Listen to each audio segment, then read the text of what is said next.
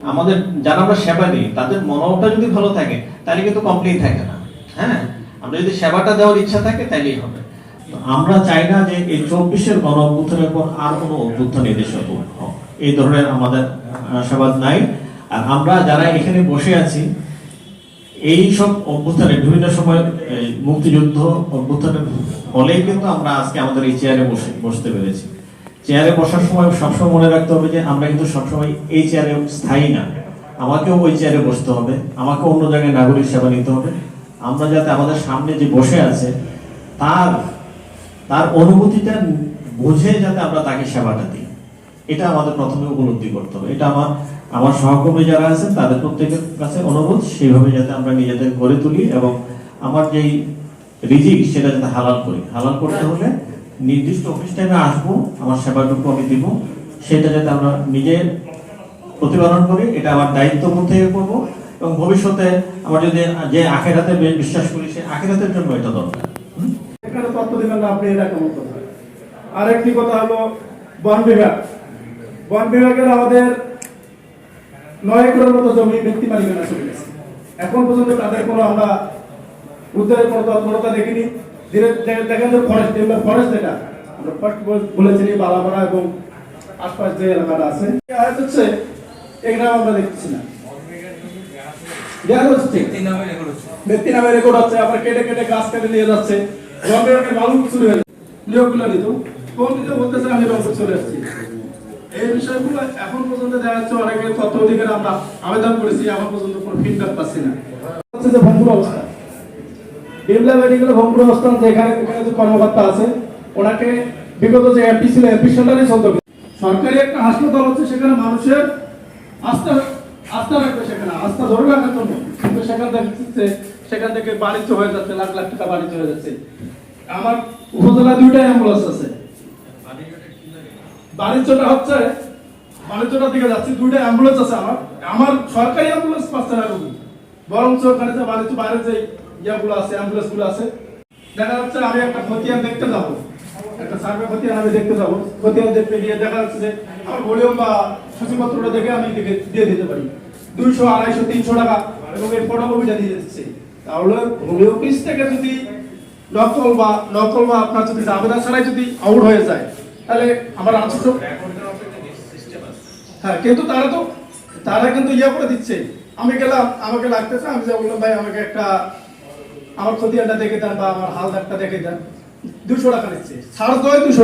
আসলে আমাদের এখানে থানার সামনে এবং ইউনো অফিসের একটু দূরেই আর কি একটা মাদকের কারবার সব সময়ের জন্যই চলমান আছে। আমরা নিজেরাও এই বিষয়ে অনেক কথা বলেছি, আমরা গিয়েছি, অনেক মাদক সেবীকে ধরে এলাকার লোক সকলকে বোঝানো হয়েছে, তারপরও মাদকের একটা অভয়ারণ্য সৃষ্টি হয়েছে। ইতিমধ্যেই মাদক সম্রাটকে ধরা হয়েছে আর কি, আমাদের ডিমলা উপজেলা কর্মকর্তা এলাহি স্যার ধরেছেন। আমি আসলে আপনাদেরকে বলতে চাচ্ছি একটা কথা, সেটা হচ্ছে যে যদি আপনারা ওখানে একটা ফোর্স ম্যাক্সিমাম 15 দিন, একটা প্রশাসনিক ফোর্সকে ম্যাক্সিমাম 4 থেকে 5 ঘন্টা রাখেন কন্টিনিউয়াসলি 15 দিন, তাহলে দেখা যাচ্ছে যারা ওখানে মাদক কেনার জন্য যাচ্ছে তারা অ্যালার্ট হয়ে যাবে যে এখানে সর্বদাই পুলিশ থাকে। ঠিক আছে, যদি এই মূল্যবান সময়টুকু আমাদের ফজলে এলাহি সাহেব তার কনস্টেবল দ্বারা করে, তাহলে হয়তো আমাদের ডিমলাবাসী অনেকটা মাদক থেকে মুক্ত পাবে আর কি। হ্যাঁ, আমাদের সংস্কৃতিকে বাঁচাতে গেলে আমরা ডিমলা উপজেলায় এখনো আমাদের শিল্পকলা এখনো আমরা চালু করতে পারিনি। 5 তারিখের পরে প্রায় 5 মাস হয়ে গেল, সংস্কারের কোনো কত দূর এটা আমরা জানতে চাই এবং এটা একটু দেখবেন। বিশেষ করে শিক্ষা প্রতিষ্ঠানগুলোতে আমাদের শিক্ষকদের যে নাজেহাল অবস্থা এবং নিয়মিত ক্লাসে নাই, স্টুডেন্টরা ক্লাসে থাকে না, এটা তদারকি করার জন্য আমাদের যে শিক্ষা প্রতিষ্ঠান যে কমিটি, পূর্ণাঙ্গ কমিটি, এই পূর্ণাঙ্গ কমিটি দেওয়ার ক্ষেত্রে অবশ্যই মনে রাখতে হবে দলীয়করণ যেন কোনোভাবে না হয়, যেটা দৃষ্টি আমাদের জনগণের দৃষ্টিটা আজকে তাদের দিকে। কারণ হচ্ছে যে সকল আন্দোলনের মূল স্রোতধারা এসে একটি জায়গায় আজকে আমাদের দাবিটা গিয়ে পৌঁছেছে। এই দেশটাকে চালাচ্ছেন যারা, তাদেরকে আমরা আমরা নামেই চিনি, আর অভিচার নামেই চিনি, আর সার নামেই চিনি। তাদের দৃষ্টিটাই আমাদের জনগণের দৃষ্টি তাদের থাকে। তো আমি তাদের দৃষ্টি আকর্ষণ করব যে আসলে আমরা শান্তিময় করে তুলতে চাই। কিন্তু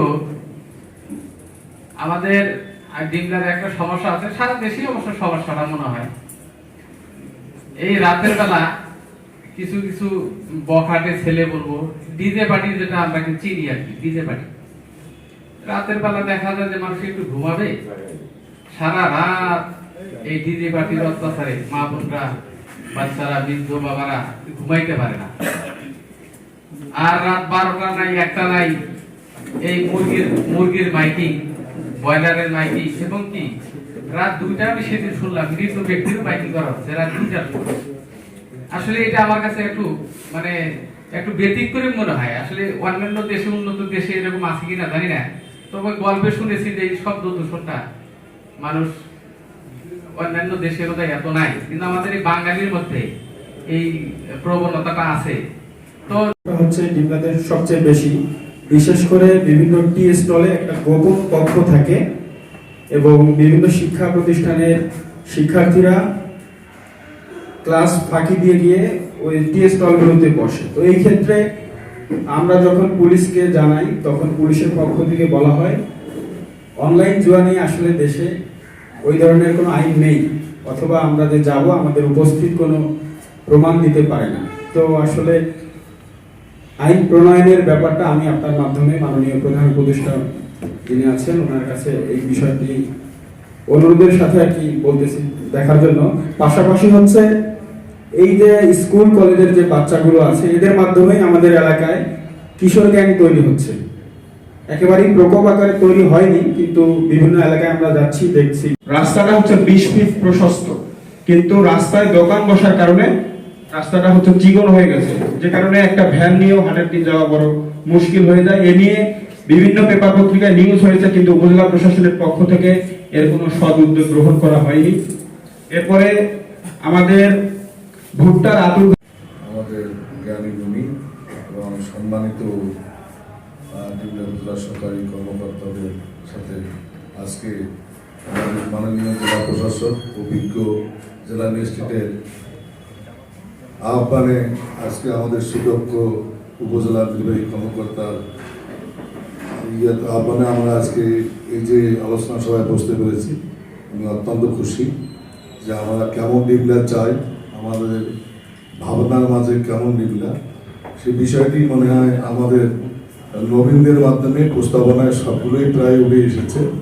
আমি তাদেরকে আমার পক্ষ থেকে আন্তরিকভাবে ধন্যবাদ জ্ঞাপন করছি এবং সেই সাথে জেলা প্রশাসক মহোদয়ের সময় না থাকার জন্য শুধু বিনীতভাবে অনুরোধ করব, আপনি এই আনিত বিষয়গুলো, উপস্থাপিত বিষয়গুলো যত সম্ভব প্রধান অতিথি, বিভিন্ন দলের প্রতিনিধিবৃন্দ, সুধীবৃন্দ, আসসালামু আলাইকুম রহমতুল্লাহ, হিন্দু ভাইদের জন্য আদাব। তো আজকের যে বিষয়ে আজকের এই মহৎ নির্বাহী সভা কথা মোটামুটি চলে এসছে। তো আমার যেটা কথা হচ্ছে যে যতগুলো নৈতিক অবক্ষয়, এই নৈতিক অবক্ষয় ঘটে একটি কারণ, সেটা হচ্ছে মানুষের ভেতরে যখন আল্লাহ ভীতি থাকে না। মানুষের আল্লাহ ভীতি তৈরি হলে নৈতিক অবক্ষয় আর থাকবে না।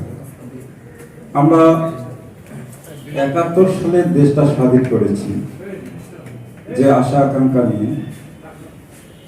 এই 71-এর চেতনাকে যারা ব্যবসার পুঁজি হিসাবে দীর্ঘদিন ধরে রেখে নাগরিক সুবিধাকে অপেক্ষা করে নিজের সুবিধাটা শুধু গ্রহণ করেছে, তারা হয়তো আমাদের এদেশের যারা জ্ঞানী গুণী আছে, আমরা বিভিন্নভাবে তাকে রুখে দেওয়ার চেষ্টা করেছি, দলীয়ভাবে আমরা পারিনি। কিন্তু 2024 সালের জুলাই আন্দোলনে এদেশের ছাত্র জনতা মিলে সবাই মিলে ঐক্যবদ্ধ হয়ে আমরা এই ফ্যাসিস্টকে এই দেশ থেকে তাড়িয়েছি। কিন্তু এই ফ্যাসিস্টের যারা প্রেতাত্মা, তারা বিভিন্ন রন্ধে রন্ধে লুকিয়ে আছে, যার কারণে এখন পর্যন্ত আমরা আমাদের দেশের যে আশা আকাঙ্ক্ষা নিয়ে আমাদের ছেলেরা 2024 সালে তাদের বুকের তাজা রক্ত দিল। এখন পর্যন্ত প্রায় 30,000-এর মতো আহত হয়ে আছে। আমরা যে আশা আকাঙ্ক্ষা নিয়ে এবং যে রক্ত বিলিয়ে দিয়ে যেটা আমরা চেয়েছিলাম সেটা কিন্তু এ পর্যন্ত আমরা পারিনি। আমি আশা করব আজকের এই ডিমলা উপজেলার এই মত বিনিময় সভা থেকে অন্তত পক্ষে আমাদের ডিমলা উপজেলা অন্তত আমরা যাতে সুশাসনের মধ্যে নিয়ে আসতে পারি। এখানে তো ডিমলা উপজেলার প্রায় সব অফিসার বৃন্দ আছেন। সুশাসন, ঘুষমুক্ত, দুর্নীতিমুক্ত যাতে করতে পারি এই আশা করব। এবং আমাদের এখানে যারা প্রতিনিধি আছেন বিভিন্ন জনে বিভিন্ন প্রস্তাব রেখেছেন, এগুলো যদি আমরা একটু কাজে লাগাই তাহলে ডিমলা উপজেলা আমরা দুর্নীতিমুক্ত করতে পারবো। এই আশা আকাঙ্ক্ষা শেষ করে আমি আমার কথা শেষ করি। আবার স্যার জুলাই আগস্ট মাস স্যার আপনি স্যার বিজ্ঞ সরকারি প্রতিনিধি স্যার, সেটা হচ্ছে স্যার জুলাই মাসে তো অর্থ স্যার মন্ত্রণালয় থেকে হয় না, আগস্ট মাস শুরু দিকে কিছু হয়। তো স্যার দেখা যায় সেই সময় একটা মানে ক্ষতিগ্রস্ত তালিকা দেওয়া হলো বা বিভিন্নভাবে কাজ করা হলো স্যার, ফান্ড একটা ক্রাইসিস থাকে। এবং আরেকটা বিষয় স্যার আমি লক্ষ্য করেছি যে আমার নাউতরা ইউনিয়নে একটা ঘটনা ঘটেছিল। এক নারী উদ্যোক্তা উনি প্রায় 8 লক্ষ টাকা একটা বয়লারের শেড করেছিল স্যার। হঠাৎ করে একটা কালবৈশাখী ঝড়ে ওনার শেডটা ভেঙে যায় স্যার। এখানে আগের ইউনো মহোদয় আমরা অনেকবার ভিজিট করেছি বিভিন্ন বিষয়ে। তো স্যার আমার মূল প্রস্তাবনা যেটা হচ্ছে স্যার যে প্রাণী সম্পদ খাতে আপনার একটা দপ্তরে স্যার একটা আপৎকালীন কোর্ট রাখার আমি অনুরোধ করছি স্যার। সেটা আমার উপজেলা হতে পারে, জলঢাকা হতে পারে বা যে কোনো দুটি প্রশ্ন উত্থাপন করেছেন। একটি হচ্ছে আমাদের ভুট্টা বীজ। আসলে আমাদের ডিমলাকে বলা হয়, যে কথাটি খুবই স্বাভাবিক, যে ডিমলা হচ্ছে ভুট্টা আতুরঘর এবং আমাদের এখানকার আর্থসামাজিক উন্নয়নে ভুট্টার গুরুত্ব অপরিসীম। তো সেক্ষেত্রে দেখা যাচ্ছে যে ভুট্টাকে আমরা বলি নন মডিফাইড ক্রপ, অর্থাৎ হচ্ছে নিয়ন্ত্রণহীন ক্রপ, অর্থাৎ এটাকে বাইরে থেকে যে কেউ এই বীজটা নিয়ে আসতে পারে, যে কোনো কোম্পানি এলসি করে নিয়ে আসতে পারে। তো সেক্ষেত্রে আমাদের দিনাজপুরে যে গম ও ভুট্টা গবেষণা কেন্দ্র আছে, ওনারা নতুন অনেক জাতি গ্রহণ করছে। তার মধ্যে একটি হচ্ছে BMWRI 1 হাইব্রিড ভুট্টা 1 এবং BMWRI হাইব্রিড ভুট্টা 2। তো আশা করছি আমরা এটি মাঠ পর্যায়ে সম্প্রসারণ করার জন্য। আরেকটি বিষয় আমার একজন প্রশ্ন করেছেন যে কলকারখানা, আমরা ডিজিটালের সাথে কিছুক্ষণ আগে বিষয়টি নিয়ে কথা বললাম। যেহেতু কৃষি ভিত্তিক এই উপজেলাতে অবশ্যই স্থানীয়ভাবে গণ্যমান্য ব্যক্তিদের এগিয়ে আসতে হবে। আর্থিকভাবে যারা সচ্ছল আছে তাদেরকে এই অঞ্চলে মানে কৃষি পণ্য প্রসেসিং করার জন্য এগিয়ে আসতে হবে। তাহলেই দেখা যাবে যে এই অঞ্চলে যেমন কৃষি উৎপাদিত কৃষি পণ্যগুলো এগুলো এই অঞ্চলে ব্যবহৃত হবে। আমি যদি একটা উদাহরণ দেই, আপনারা দেখবেন যে আলুর দাম বেশি থাকার কারণে আমরা ফেসবুকে প্রচুর লেখালেখি করছি, কিন্তু আজকে আলুর দাম যখন কম, এখন কিন্তু আমরা কেউই জনসাধারণ এই বিষয়টি নিয়ে কথা বলতেছি না। আমার একটা আলুতে যে পরিমাণ প্রোডাকশন খরচ হচ্ছে, এই আলুর দাম আপনাদের 15 টাকায় নেমে যাবে। কিন্তু এই অঞ্চলে আমি মাননীয় জেলা প্রশাসক স্যারকে অনুরোধ করব যে আমাদের একটি হচ্ছে হিমাগার, এটা আমাদের দীর্ঘদিনের একটা দাবি যে এখানকার যদি কি আর্থিক সচ্ছলভাবে কোনোভাবে প্রণোদনার মাধ্যমে যদি একটা হিমাগার স্থাপন করা যায়, এই অঞ্চলের লোকজন এখানকার আলু রাখার জন্য যেতে হয় সেই জলঢাকাতে, বড় ভিটায়, নীলফামারী চাঁদের হাটে, তো দেখা যায় সেখানে কৃষকের একটা হয়রানির শিকার হয়। এবং আশা করব সামনে একটি কঠিন পরিস্থিতি আমি বলবো, এই যে উৎপাদিত আলুগুলো এবার 1850 হেক্টর জমিতে আলু হয়েছে, এই এত বিপুল পরিমাণ আলু কৃষক কোথায় রাখবে? আমাদের তরুণ সমাজ অনেক সুন্দর সুন্দর উপস্থাপন করেছে, সবকিছুর মাঝেই আছে যেগুলোর আমরা পরিবর্তন চাই, যেগুলোর উন্নয়ন চাই। এর মাঝে আমি কিছু বলতে চাই, সেটা হচ্ছে যে প্রশাসনের সর্বস্তরে এখনো যেহেতু 17-15 বছর একটা ফেসিবাদ সরকার ছিল, সেই ফেসিবাদের দোসররা বিভিন্নভাবে সুযোগ নেওয়ার চেষ্টা করে, আমাদের অনেক রাজনৈতিক নেতাদেরও পার্শ্ব করে আসার চেষ্টা করে। বিশেষ করে আমি সকল রাজনৈতিক নেতৃবৃন্দ এবং বৈষম্য বিরোধী ছাত্র সংগঠনকে অনুরোধ করব, ফেসিবাদের কিছু অংশ আমাদের ছত্রছায়ায় বিভিন্নভাবে ঢোকার চেষ্টা করছে। ফেসিবাদের বড় যারা ফেসিবাদই করছে বা তার আত্মীয় স্বজনের মাধ্যমে, যে কোনো মাধ্যমে কিন্তু কাছাকাছি আসার চেষ্টা করছে। কাছাকাছি এসে আমাদের অনেকগুলো সাজানো যে স্বপ্ন একে জুলাই বিপ্লব সৃষ্টি হয়েছে। আমরা দীর্ঘদিন আন্দোলন করেছি, আমরা নিজেরাও অনেকবার জেলেছিলাম, আমাদের এখানে যে নেতৃবৃন্দ আছে আমরা অনেকবার জেলে ছিলাম, ডিটেনশনে ছিলাম, আমরা রিমান্ডে ছিলাম, তা কিন্তু আমরা পারিনি এই দেশের পরিবর্তন করতে। এই ফেসিবাদকে হটাতে বৈষম্য বিরোধী ছাত্র আন্দোলন সহ আমাদের বাংলাদেশের ছাত্র জনতা যে জুলাই বিপ্লব ঘটিয়েছে 5ই আগস্টের পরে আমরা আর একটা সমস্যার মধ্যে পড়েছি। সেই সমস্যাগুলো হচ্ছে প্রশাসনের প্রতিটা রন্ধে রন্ধে আমাদের ফেসিবাদের কিছু গন্ধ আছে। এই দোসররা কাজ করছে, কিছু কিছু প্রশাসনিক কর্মকর্তারাও হয়তো তাদেরকে সহযোগিতা করছে, এবং আমাদের বিএনপি বলেন, জামাত বলেন, জাতীয় পার্টি বলেন বা বৈষম্য বিরোধী ছাত্র জাগরিক ফ্রন্ট বলেন, এদের মাঝেও কিছু এই ফেসিবাদের যারা ফেসিবাদের মধ্যে ছিল তারা এদের মধ্যে ঢুকেও একটু সুযোগ নেওয়ার চেষ্টা করছে। আমি আজকের এই নেতৃবৃন্দ আছে, প্রশাসনের ঊর্ধ্বতন কর্মকর্তাবৃন্দ আছে, আমি নীরবভাবে বিষয়টা আমি যেটা বললাম, আপনারা নীরবে সকল সংগঠন, সকল রাজনৈতিক সংগঠন এবং বৈষম্য বিরোধী আমার প্রিয় ভাইয়েরা তারাও যেন এই বিষয়টা ভালোভাবে লক্ষ্য করে, এই বিষয়ে যাতে এইরকম ত্রুটি না হয় আমাদের মাঝে, এরকম কেউ ফ্যাসিস্ট যেন আমাদের মাঝে ঢুকতে না পারে, এই বিনীত আহ্বান রেখে সকলকে আবারও ধন্যবাদ জানিয়ে অনেক সুন্দর প্রস্তাবনা এসেছে, সকল প্রস্তাবনা আস্তে আস্তে বাস্তবায়ন ঘটুক এই আশা রেখে শেষ করছি। ধন্যবাদ সকলকে। আসসালামু আলাইকুম, আমি উপজেলা স্বাস্থ্য কর্মকর্তা। সেটা হচ্ছে যে গত বছরটা দেখি 2024 সালে আমার ইনডোরে আমার ইনডোরে 13,168 জন রোগী ভর্তি ছিল, আউটডোরে 91,263 জন রোগী সেবা নিচ্ছে, এমার্জেন্সিতে 30,453 জন রোগী সেবা নিচ্ছে। মোট আমার হাসপাতাল থেকে 1,34,884 জন রোগী 2024 সালে সেবা গ্রহণ করছে। এটা জানুয়ারি মাস চলতেছে। তো এতজন মানুষ হাসপাতালে আসে, আসলে তাদের প্রয়োজনে আসে এবং একটা আস্থা নিয়ে আসে যেখানে আমরা ভালো সেবা পাবো। তো এই সংখ্যাটা আমাদের 50 শয্যা বিশিষ্ট হাসপাতালের তুলনায় অনেক বেশি, যার ফলে আমাদের সবার ক্ষেত্রেই হচ্ছে যে সম্পদ সীমিত দিয়ে আমরা চাহিদা পূরণ করতে চাই। তো চাহিদাটা আমরা পূরণ করতে পারি না, আমরা হয়তো সকলের প্রয়োজনীয় ওষুধ সবসময় সরবরাহ করতে পারি না, যতটুকু আছে সেটাতেই শেষ হয়ে গেলে ওই ওষুধটা হয়তো দিতে পারলাম। এবং সরকারের পক্ষেও এই জিনিসটা সম্ভব যদি হতো যে সকলের স্বাস্থ্যসেবা একেবারে সরকার বহন করবে, তাহলে আলাদাভাবে কোনো ওষুধের দোকান হয়তো গড়ে উঠতো না। এটা সম্ভব হয়ে উঠতেছে না দেখি আমরা পারি না আর কি আপনাদের সবসময় ওষুধ সরবরাহ করতে। অ্যাম্বুলেন্সের কথা আসলো, অ্যাম্বুলেন্স আমাদের দুটা আছে ঠিকই, কিন্তু দ্বিতীয় অ্যাম্বুলেন্সটা আমাদের প্রথম অ্যাম্বুলেন্সটা ডেট এক্সপায়ার এবং খারাপ হয়ে যাওয়ার পরেই আমরা দ্বিতীয় অ্যাম্বুলেন্সটা পেয়েছি। অর্থাৎ প্রথম অ্যাম্বুলেন্সটা আমাদের কার্যকর নাই এবং আমাদের ড্রাইভার পোস্ট একটাই, কাজেই দুইটা অ্যাম্বুলেন্স যদি আমার সচল থাকে, ড্রাইভার একজন হওয়ার কারণে একটা অ্যাম্বুলেন্সই চলবে। এই কারণে আমার একটা অ্যাম্বুলেন্সই সচল আছে এবং চলে।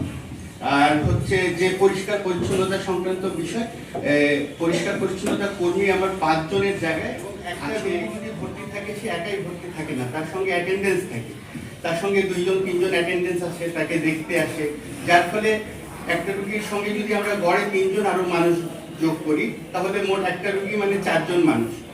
আমার 50 শয্যা বিশিষ্ট হাসপাতাল, কিন্তু 50-এর জায়গায় আছে ধরে নিলাম হিসাবে সুবিধার্থে 100 জন, তাহলে 100 জন রোগী মানে 400 জন মানুষ। 400 জন টয়লেট ব্যবহার করছে, তারা হাসপাতালে হাঁটাহাঁটি করছে, তাদের বর্জ্য ফেলছে, যার ফলে বর্জ্যের পরিমাণটা অনেক বেশি হয়ে যায়। এখন আমি জনবল স্বল্পতা দিয়ে সেটা সরানোর আপ্রাণ চেষ্টা করে যাচ্ছি, কিন্তু এটা তো কন্টিনিউয়াস প্রসেস। আমি এখন সকালে সরিয়ে দিলাম, দুপুর হতে হতে আবার জমা হয়ে গেল, এই অসুবিধাগুলা বোধ করি। আর হাসপাতাল হলো একটা সরাসরি জনগণের প্রতিষ্ঠান, যে কেউ যে কোনো সময় আসতে পারে। এখানে আমাদের সাথে সাথে আপনাদেরও কিছু সহযোগিতার প্রয়োজন হয়। কেউ ইচ্ছা করে পানির পিক ফেললো বা টয়লেট, এটা একটু টোকেনটার মধ্যে মূল্য লেখা আছে, এরপরও টাকা বেশি নিচ্ছে। আমি যে টোকেনটার মধ্যে মূল্য লেখা আপনারা পেয়েছেন?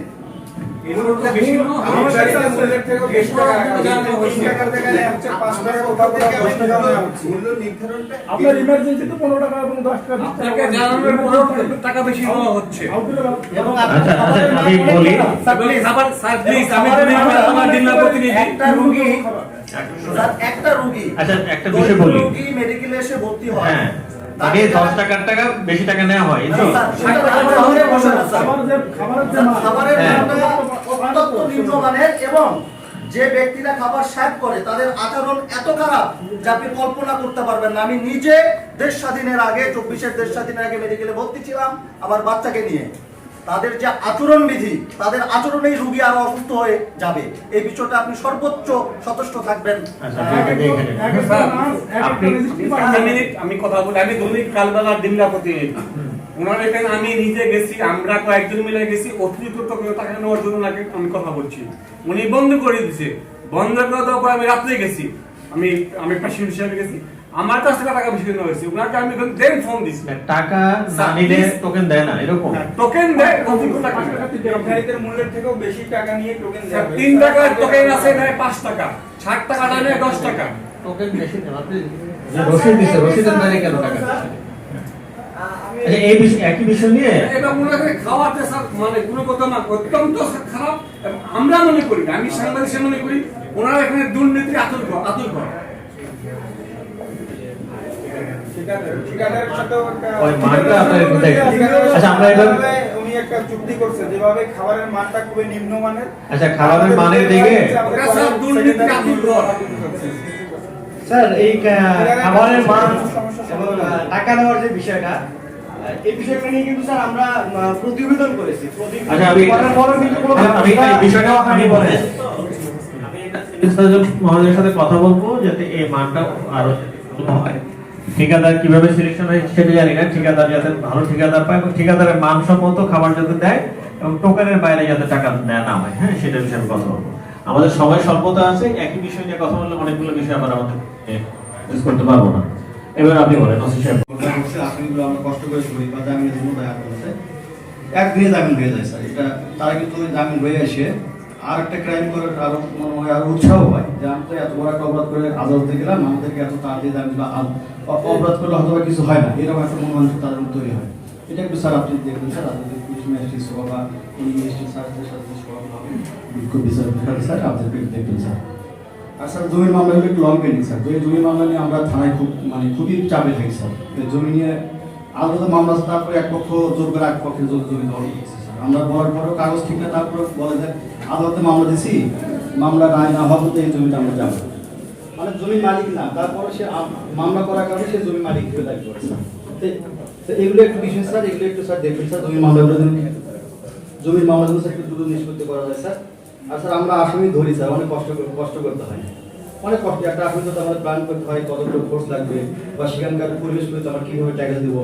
আসামি ধরলে তার বাচ্চা কাচ্চা আত্মীয় স্বজন এসে আমাদের কাছে ঝগড়া বিবাদ বা টানা হেঁচড়া শুরু করে। এই আসামিগুলো যখন ধরে স্যার জামিন হয় একদিন, খুব কষ্ট লাগে স্যার, এক দুই জামিন কষ্ট লাগে। আর মাধ্যমিক ব্যাপার যেটা বললো স্যার, বর্ডারিং এলাকা, বর্ডারিং একটা নির্দিষ্ট এলাকা আমরা যেতে পারি না বিজিবির কন্ট্রোলে। যদিও আমরা যাই, তারপরে বিজিবির কাছ থেকে নাম ঠিকানা দিয়ে অনুমতি নিয়ে তারা আবার কমান্ডারের কাছে ফোন দেয় যে এরকম পুলিশ কোন জায়গায় যাবে, যেটা মানে অনুমতি দেওয়া যাবে, মানে এগুলো একটা সময় সাপেক্ষ ব্যাপার স্যার। এগুলো আর রাতে অথবা গরু যেটা পাচার হয়, আমরাও অনেক সময় তথ্য পেয়ে যাই, কিন্তু আমরা গরুটা শনাক্ত করতে পারি না।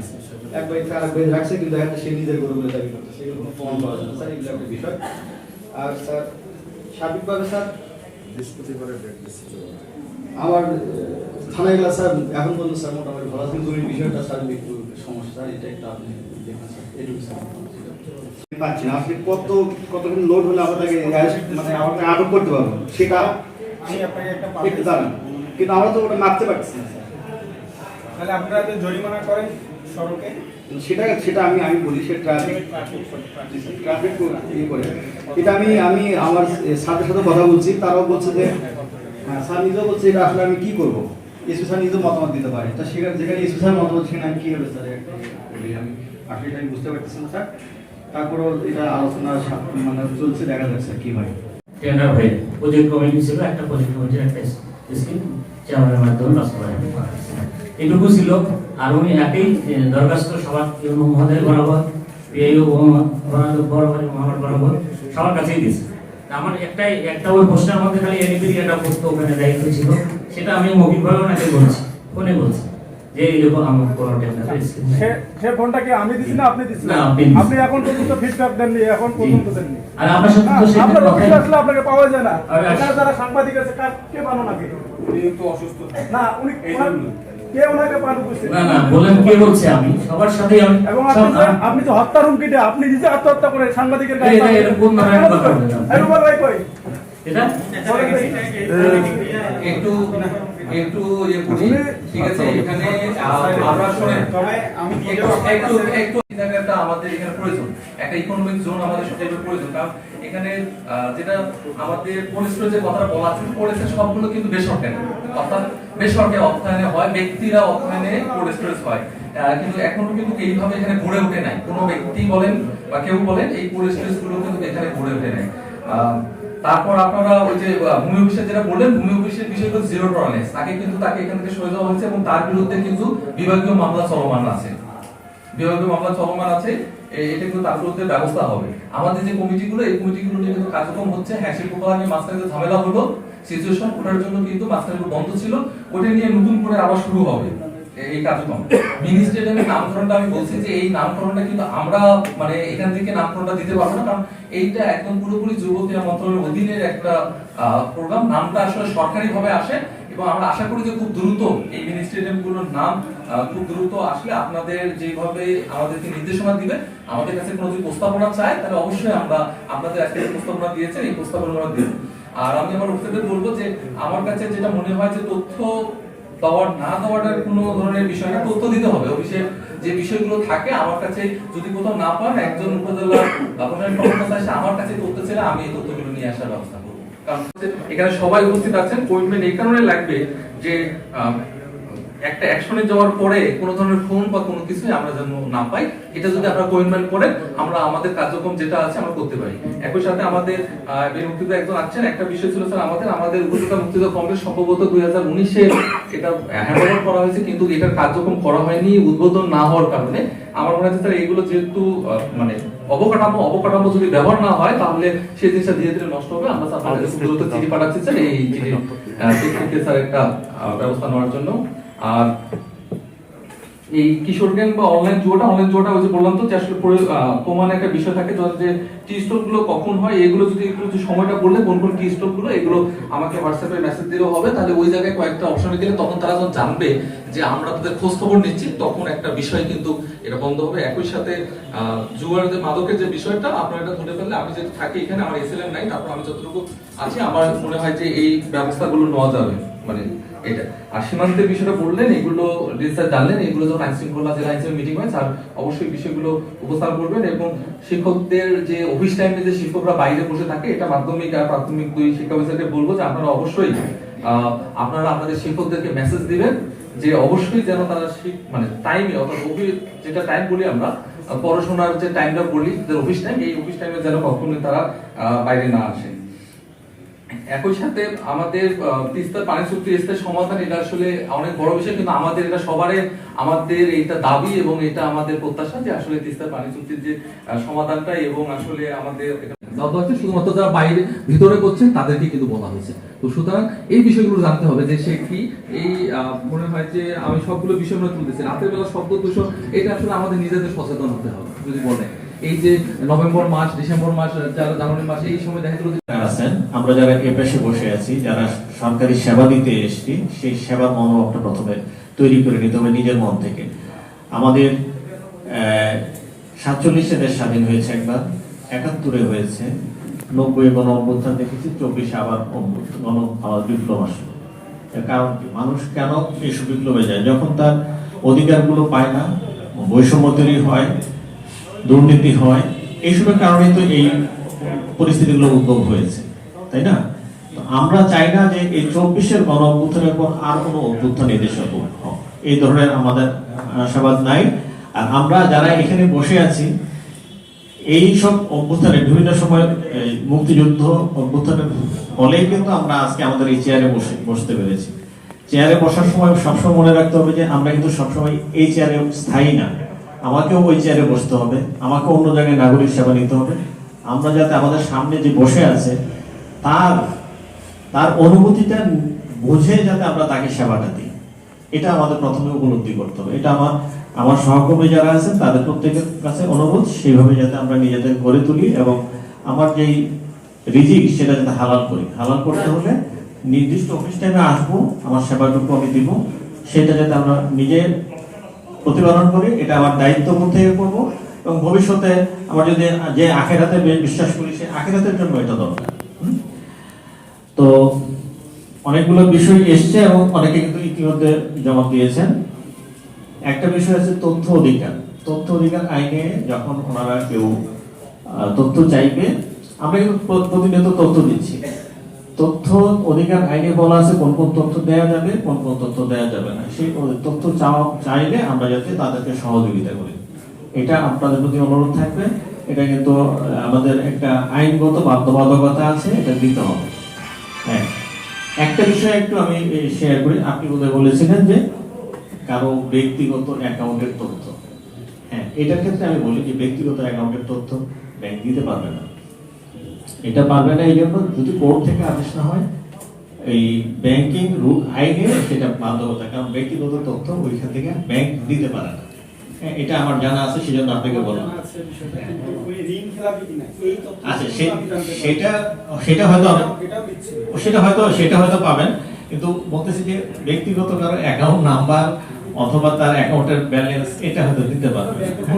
হ্যাঁ, এটা কিছু কিছু আইনের আয়কর আইনের আপনার আয়কর রিটার্নের তথ্য কিন্তু ইনকাম ট্যাক্স অফিসার আমার তথ্য আপনাকে দিবে না। হ্যাঁ, যতক্ষণ কোর্ট আদেশ না দিবে ততক্ষণ পাবে না। কিছু কিছু লিমিটেশন আছে, অধিকাংশ তথ্য দিতে পারবেন, এবং সেই তথ্যগুলো কি সহজ তথ্য, কিন্তু আমরা যাতে কাউকে তথ্য চাওয়া মাত্র যাতে তথ্যটা দিই। এখানে কিছু দখল মুক্ত করার বিষয় আছে। ইতিমধ্যে ইউনো বলেছে যে আপনাদের সহযোগিতা পেলে মাদক সহ এই ধরনের কিছু টাস্ক ফোর্সের অভিযান তোমরা করতে পারো। আর ওইটা যেহেতু আজকে বিজিবির কেউ নাই, সেটা তারা বলা হতে পারবো। আমি তবে জেলা পর্যায়ে, যেহেতু এই প্রত্যেকটা ডিপার্টমেন্টের জেলা পর্যায়ের কর্মকর্তা আছে, তাদের সাথে আমি এই বিষয়গুলো, আমার কাছে যেগুলো নতুন অধিকাংশ বিষয়ে আমাদের আলোচনা হয়, অন্যান্য যে বিষয়গুলো আসবে আমরা দেশের যে একটা তথ্য বললেন, আমি আরো কয়েক জায়গায় এই ধরনের অভিযোগ পেয়েছি, ওনার সাথে এটা কথা বলবো। আর যেসব সংস্থা অথবা কমিটি গঠন করার কথা, সেগুলা আমাদের পর্যায়ে যদি করা যায় করবে, আর না হলে সেটা সেন্ট্রাল সিদ্ধান্তের জন্য লিখো। আমার কাছে অনেক সময় আপনাদের অনেকেই আমাকে হোয়াটসঅ্যাপে অনেক কিছু মেসেজ দেয়, সেটা আমরা নর্মালি লোকালি আমার অ্যাডমিনিস্ট্রেশনকে জানাই। 32টি 13 জন কর্মরত, তার মধ্যে 9 জন সংযুক্তিত আছে, মানে ওনার ডাক্তার সংখ্যা মাত্র 4 জন। তো 4 জন, যেখানে আসলে জনসংখ্যা এখানে অনেক, এই মজুরিকৃত পদও কিন্তু কম। মানে এখনকার যে পপুলেশন অথবা যে সাইজ অনুসারে এটাও কিন্তু কম। এগুলো একটু আমাদের সহ্য করতে হবে। কিন্তু বিষয়টা হলো যে আমাদের যারা আমরা সেবা দিই তাদের মনোভাবটা যদি ভালো থাকে তাহলে কিন্তু কমপ্লিট থাকে না। হ্যাঁ, আমরা যদি সেবাটা দেওয়ার ইচ্ছা থাকে তাইলেই হবে। এখন 4 জনকে যদি আমি 32 জনের কাজ করাই, তারাও তো ওভারলোডেড, ঠিক না? আমরা এটা বিষয়ে বিভিন্ন সময় আমি কথা বলেছি, সিভিল সার্জন সব বলা হয়েছে, আমার লেখা হয়েছে। হ্যাঁ, তো এটা যেহেতু এইটা তো জেলা পর্যায় থেকে করার সম্ভাবনা, এইটা হয় একদম সেন্ট্রালি স্বাস্থ্য অধিদপ্তর থেকে। হ্যাঁ, আমরা এই বিষয়ে লেখালেখি হয়েছে, আমরা বিভিন্ন সময় নজরে আনতেছি, হয়তো সামনে আমরা সুফল পাবো। আর